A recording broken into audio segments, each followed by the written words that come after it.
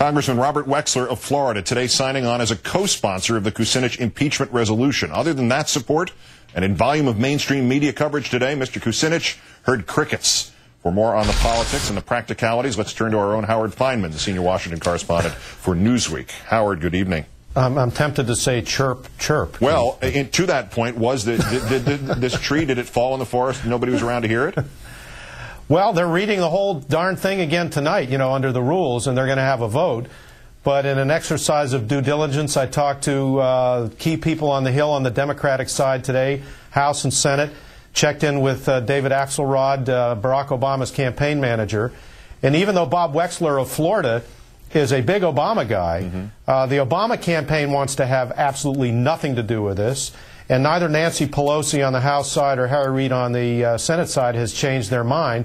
They don't want to have anything to do with it either. So the bill will be read. It will be duly consigned to the Judiciary Committee, where it'll never be heard from again. All right, but assess what this argument, we all know that this would be expected to backfire on the Democrats in the 2008 election, could cost them the House, could cost them the Senate, could cost them the presidency. Is there, what is the substance to that if this had been pursued? Now it seems to be an issue of time, but if this had been pursued a year ago, what was the practical expectation by the Democrats of what would happen if they impeached President Bush? Well, they've not wanted to get anywhere near it, and now the reasons are that they want to focus on the economy.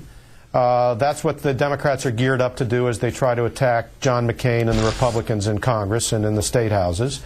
Obama doesn't want to have anything to do with it because he's running to the middle, and there are some Republicans that he wants to try to get who may still like George Bush and who wouldn't want to see George Bush impeached. Obama can let somebody like Wexler run wild on it if he wants to. They're not going to have anything to do with it. Had they tried it a year ago or two, I don't know. I think Jonathan Turley, who's a Constitution man, also knows his politics, which is the Democrats prefer to have George Bush out there as somebody they can attack politically on the campaign trail rather than turn it into a legal matter and get it all gummed up in the works of the Constitution. They're looking at it purely politically. George Bush has the lowest approval rating of any modern president.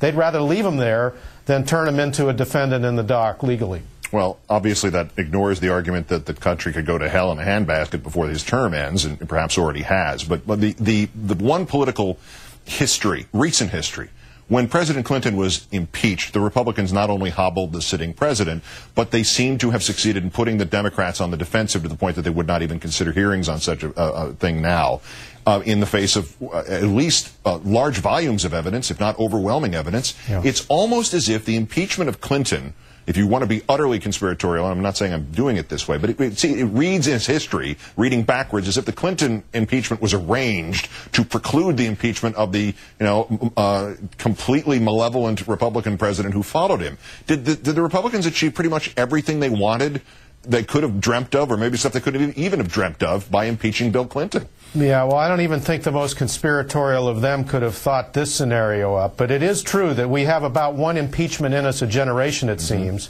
And even though I've heard, as I travel around the country, people do bring this up. They do bring impeachment up, and they're not all wild-eyed liberals. A lot of constitutionalist conservatives are very upset at what George Bush has done. But I don't think we have the political will for it right now. And also it's complicated by war. Call it what you will, the long twilight struggle that we are said to be in the middle of makes it difficult for the Democrats to risk because they will have a president who would wrap himself in what's left of the flag of commander-in-chief. And at a time when the Democrats have a nominee who's got to show that he's tough, I don't think they want to take that on, even if they have a legal case. Howard Fineman of Newsweek and MSNBC. Great thanks as always, Howard. Thank you, Keith.